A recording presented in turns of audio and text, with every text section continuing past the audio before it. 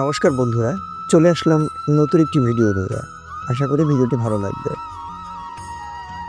একবার দুর্যোধন রাজপ্রাসাদে এক বিশাল ভোজের আয়োজন করে এবং শ্রীকৃষ্ণকে নিমন্ত্রণ করে।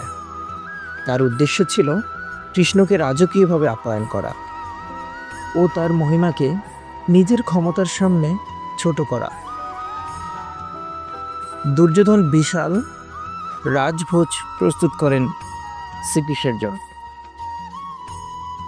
সোনার থালা, রূপার বাটি, সুস্বাদু খাবার রাখা হয়েছিল তাতে, কিন্তু কৃষ্ণ এতে মোটেও আগ্রহী ছিলেন না।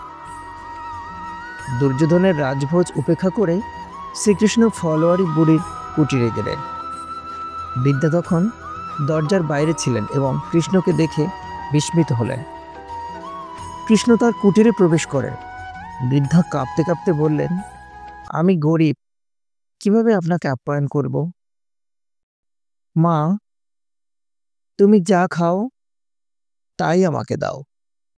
বৃদ্ধা কুটিরের এক কোণে রাখা কিছু শুকনো ফল ও তালের বীজ নিয়ে কৃষ্ণকে অর্পণ করলেন। আনন্দে তিনি কৃষ্ণের মুখে সেই ফল তুলে দিতে লাগলেন। ভক্তির সাথে কৃষ্ণকে ফল খাওয়ান।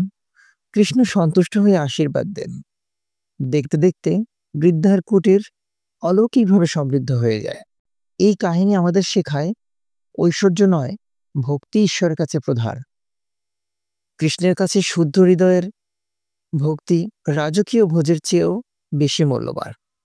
ভক্তি যেখানে, কৃষ্ণ সেখানে।